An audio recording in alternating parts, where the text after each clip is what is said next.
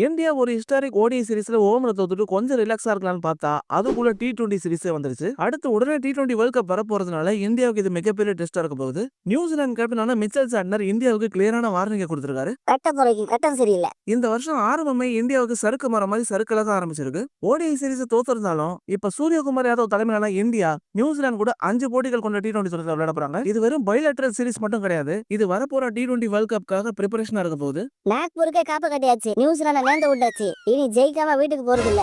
இப்ப முதல் T20 போட்டி ஜனவரி 21ஆம் தேதி நடக்க போற நிலையில நியூசிலாந்து கேப்டனான மிச்சல் சாண்டன் என்ன சொல்லிருக்காருன்னா, எங்க டீம்ல ஒரு கீ பிளேயர் இருக்காரு, அவர் தான் டேரல் மிச்சல். டேரல் மிச்சலா? பேரை கேட்டாலே அதிர்ச்சியாப்பா. டேரல் மிச்சலும் ஒரு காலத்துல ஸ்பின்னர்ஸை பார்த்து இப்படிதான் அதிர்ச்சி அடைஞ்சிருக்காரு. சோ சாண்டர் என்ன சொல்லிருக்காரு, டேரல் மிச்சல் ஒரு இன்டென்ஸான ட்ரைனிங் எடுத்து ஸ்பின்னர்ஸ் எப்படி ஹேண்டில் பண்ணணும்னு கத்துக்கிட்டாரு. ஏன்னா ஏர்லி டேஸ்ல டேரல் மிச்சல் ஸ்பின்னர்களுக்கு எதிராக ரொம்ப தடுமாறினாரு. ஆனா ரொம்ப கஷ்டப்பட்டு உழைச்சி ஸ்பின்னர்களை எப்படி கண்ட்ரோல் பண்ணணும்னு கத்துக்கிட்டாரு. அந்த ஹார்ட் ஒர்க் தான் இப்ப அவருக்கு கூலி கொடுக்குது. இதனால தான் ஓடிஐ சீரிஸ்ல 2 செஞ்சுரிஸ் அடிச்சது மட்டும் இல்லாம மிடில் ஓவர்ஸ் சூப்பரா கண்ட்ரோல் பண்ணி இந்தியாவை ஜெயிக்க முக்கிய காரணமா இருந்திருக்காரு. மொட்டாங்கள் T20 நல்லா விளையாடுவாரா? தெரிஞ்சிருந்தா CSK ஒரு ரிலீஸ் பண்ணாம இருந்திருக்கலாமே பெரிய ப்ரோ. குட்டி ப்ரோ ரொம்ப ஆர்வமாகாதீங்க, மெயின் மேட்டரே இப்பதான் வருது. சாண்ட்னர் என்ன சொல்லிருக்காருன்னா, டேரல் மிச்சலோட ஃபார்ம் இந்த T20 சீரிஸ்லயும் கண்டினியூ ஆக போகுது. ஏன்னா எங்க ஆளு ஸ்பின்னுக்கு எதிராக ஸ்ட்ராங்கா இருக்காரு, மிடில் ஓவர்ஸ் சூப்பரா கண்ட்ரோல் பண்றாரு. அதுவும் இல்லாம இந்தியன் கண்டிஷன்ஸ்ல மேட்ச் வின்னராவும் இருக்காரு. குறிப்பா ரீசெண்டா நியூசிலாந்து இந்தியா கூட ஜெயிச்சதுனால நியூசிலாந்துக்கு தான் கிளியர் மென்டல் எட்ஜ் இருக்கு. இதனால இந்தியன் கண்டிஷன்ஸ்ல டாப் டீமான இந்தியாவுக்கு எதிராக விளையாடுறதுனால எங்களுக்கு பிரஷர் எப்படி ஹேண்டில் பண்ணணும் நல்லாவே தெரியும்.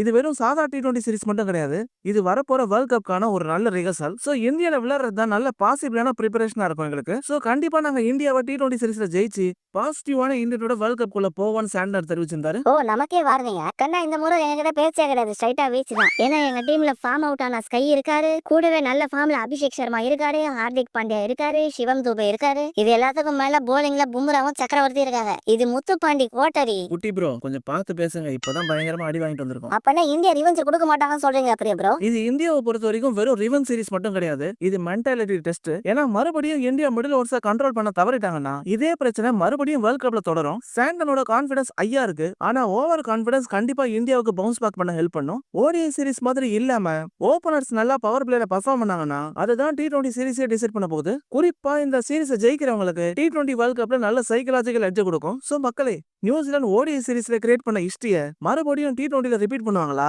இல்ல இந்தியா சூப்பரா பவுன்ஸ் பேக் பண்ணுவாங்களான்னு கமெண்ட் செக்ஷன்ல சொல்லுங்க. நண்பன் நம்பீஸ் அப்படியே குட்டி ப்ரோ ப்ரொடக்ஷன் ஷார்ட்ஸ்ல போட்டிருக்கோம், அதையும் செக் பண்ணி கமெண்ட் செக்ஷன்ல தெரிவிக்க விடுங்க. இந்த வீடியோ உங்களுக்கு பிடிச்சிருந்தா லைக், கமெண்ட், ஷேர், சப்ஸ்கிரைப் பண்ணி தெரிவிக்க விடுங்க.